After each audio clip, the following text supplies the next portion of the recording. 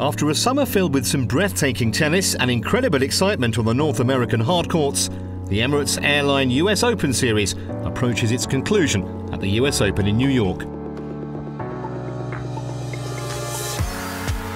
It began in Atlanta with home favourite John Isner claiming the title.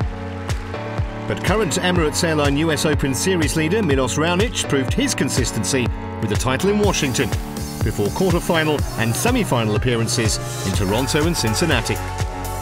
Novak Djokovic and Andy Murray have suffered disappointing summers, but both returned to New York as former champions. Roger Federer has had no such trouble, a finalist in Toronto before conquering all in Cincinnati for his 22nd ATP World Tour Masters 1000 title. But the US Open is a tournament like no other, and if you want to be competing for the title, you need to be playing your very best tennis. I think it favours a guy who plays good all-court tennis. And of course you've got to have good endurance, and that's why I think Novak has done so well there over the past couple of years. Conditions are tough, hot, humid, windy. You've got to factor that in. Got to kind of have an all-court game, and I think that's why we've seen the top four have done so well there recently. But guys like Tsonga, Dimitrov, Raonic, guys that are pretty good from all facets of the game, that gives them a chance to do well there.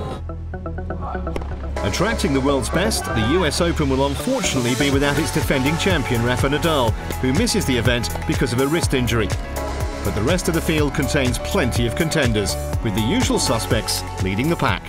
Djokovic, I think he'll be ready to go, no question about that. I think he'll be well prepared. Roger's been playing well, but you can't forget about Stan. I know he's not one of the big four, but he's shown us early on in the season that he can beat the big four, and I think that's important because only 3 guys have done it since Wimbledon 2004, so we can't leave him out.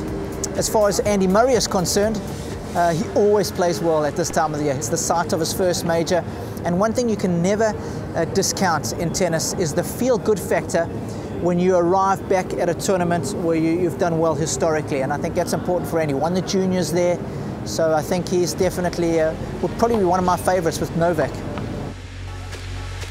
From its ever-changing conditions to the tennis-crazed fans that swarm Flushing Meadows, the US Open atmosphere is unique.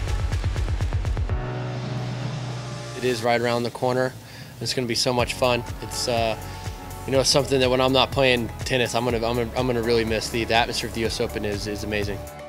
When you play in front of a packed Arthur Ashes, it's pretty amazing. It's a huge court, and always enjoy going back there. I loved it since I was a kid. I went there when I was 15 to play the juniors, and New York's a great city, and yeah, looking forward to it again this year. The final Grand Slam of the year looks set to be one of the most unpredictable in years.